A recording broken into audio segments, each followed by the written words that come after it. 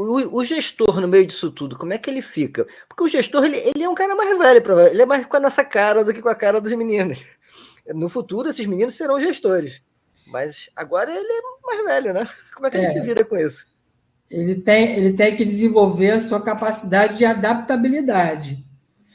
Por quê? Né? Porque nós estamos no meio realmente de um momento de transformação profunda, onde a gente está com essa juventude entrando nas organizações e convivendo com pessoas, né, da nossa faixa etária também. Né?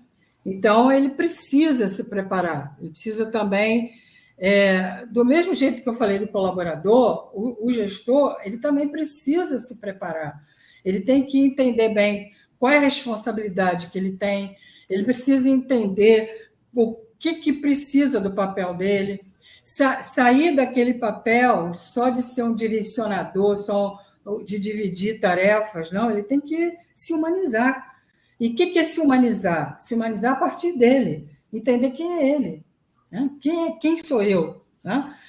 Qual é a responsabilidade que eu tenho? Porque o impacto que ele tem na relação com o colaborador dá um impacto muito mais amplo, da família também, porque aquele colaborador não está sozinho ali, não é isso? Então, ele tem que saber exatamente essas diferenças individuais, que isso é importante, quer dizer, será que eu vou lidar do mesmo jeito com o Cadu, como eu vou lidar com a Cristina, como eu vou lidar com o Josué?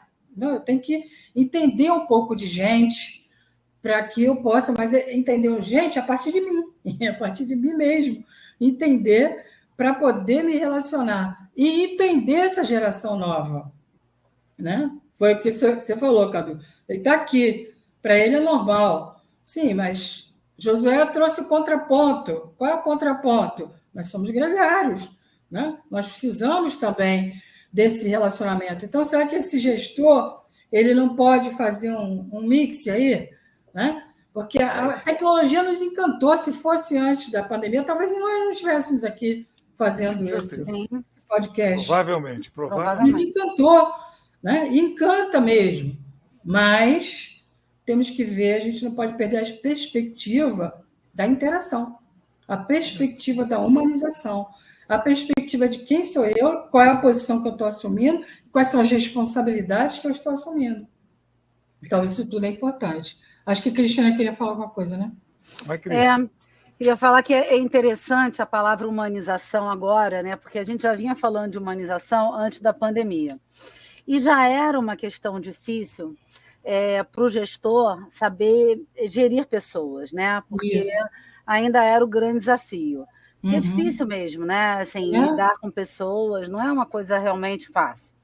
Então, já se vinha nesse desafio de humanizar. E agora, esse humanizar, o desafio fica ainda maior na medida em que a gente tem essas diferentes modalidades de trabalho, onde em algumas empresas, muitas pessoas continuam, né, por opções da empresa, por economias e uma série de questões na modalidade home office. Alguns estão no híbrido, né, indo trabalhar presencial alguns dias e outros no home office. Outros voltaram ao presencial por uma questão de política da empresa ou pelo segmento de atuação da empresa no trabalho. Mas a Ana, a nossa querida Ana Carvalho, que falou uma coisa bastante interessante aqui, que é uma palavra que eu acho que é muito rica, que antes as pessoas se viam. E então, esses conflitos eles acabavam sendo um pouco mais diluídos. Agora, no trabalho remoto, ela usou a palavra potencializar. E eu acho que realmente a tendência de potencializar um mal-entendido quando a gente escreve, quando não tem esse contato, né, é muito maior que a distância traz, né? E que aí fica, né? E aí você vai levando dessa maneira. E que o cafezinho que o Cadu falou acaba agregando. E aí a pessoa sai junto e, de repente, vai numa condução, ou vai numa carona, ou passa num lugar. Quer dizer, o presencial te dava aquela possibilidade de quebrar um pouco aquela formalidade do trabalho e conhecer um lado, né, da pessoa fora só daquele ambiente do trabalho. Quanto que o online você tem um contato mais com um profissional. Eu aqui, a Neide, a Ana, o Josué, nós somos da comissão do Conselho Regional, né, de Administração e tal, e nós aqui da Comissão de Recursos Humanos, enfim, nós às vezes nós somos amigos, às vezes fazemos um café com bobeira, que é quando a gente baixa um papo, fala um pouco de besteira, dá uma descontraída, e isso é algo bacana para fortalecer, né? Vínculo, fortalecer a nossa amizade. A Neide está dizendo, a distância aumentou ou diminuiu? Né? E aí eu te devolvo isso.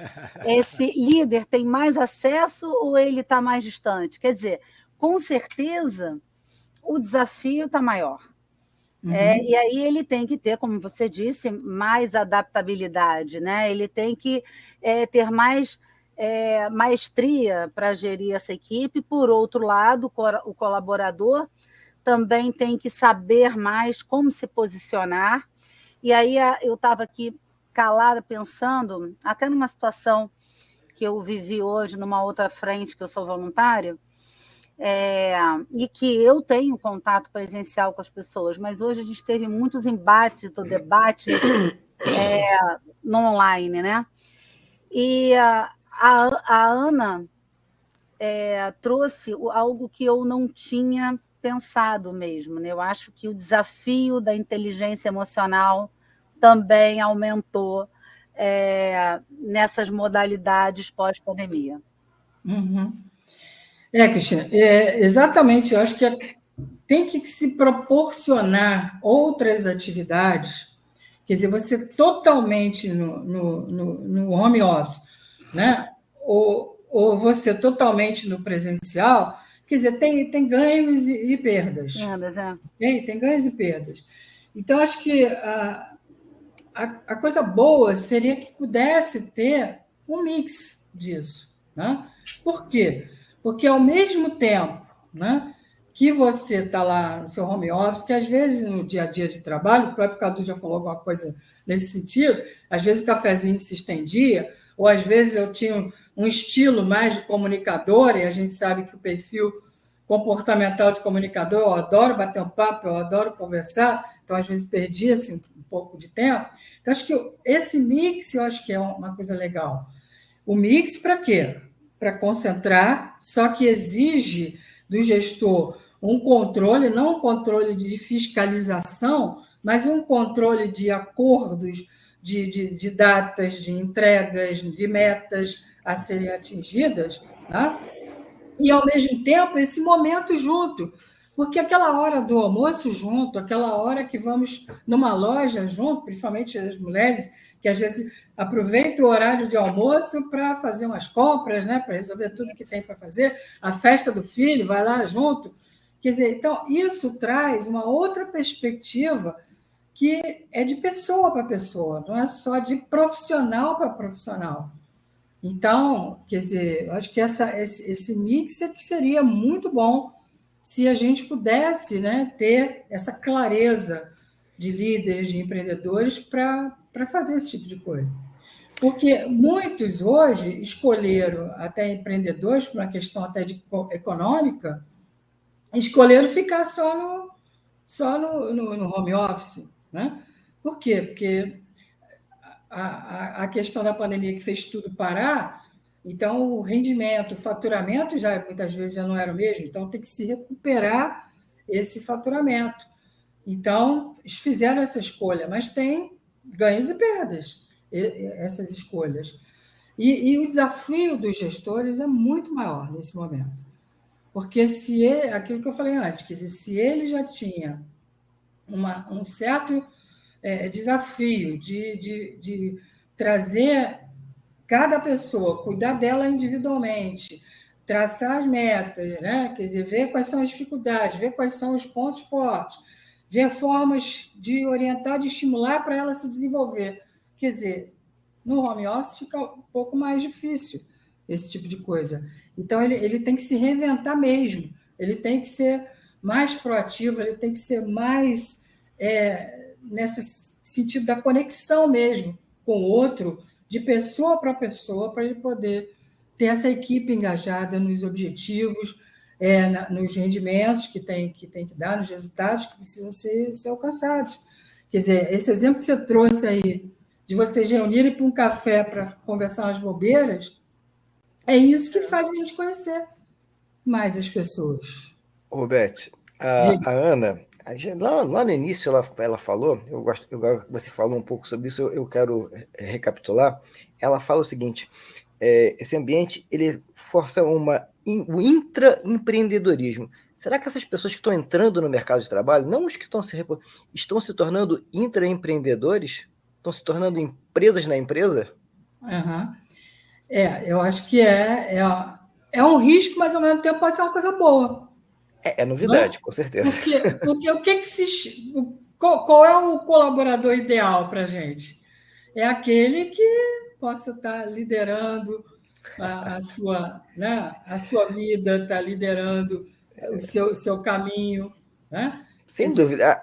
Olha, Não pensando necessariamente como uma empresa, economista, né? Como economista que vive no mundo capitalista, qual é o cara ideal? É aquele cara que realmente toma seu trabalho como um empreendedor, porque ele vai tentar potencializar o quê? O ganho. Se ele potencializar o ganho dele, ele potencializa o meu. Isso. De forma totalmente cartesiana, me parece fazer alguma lógica. De forma humana, talvez não faça tanta lógica assim.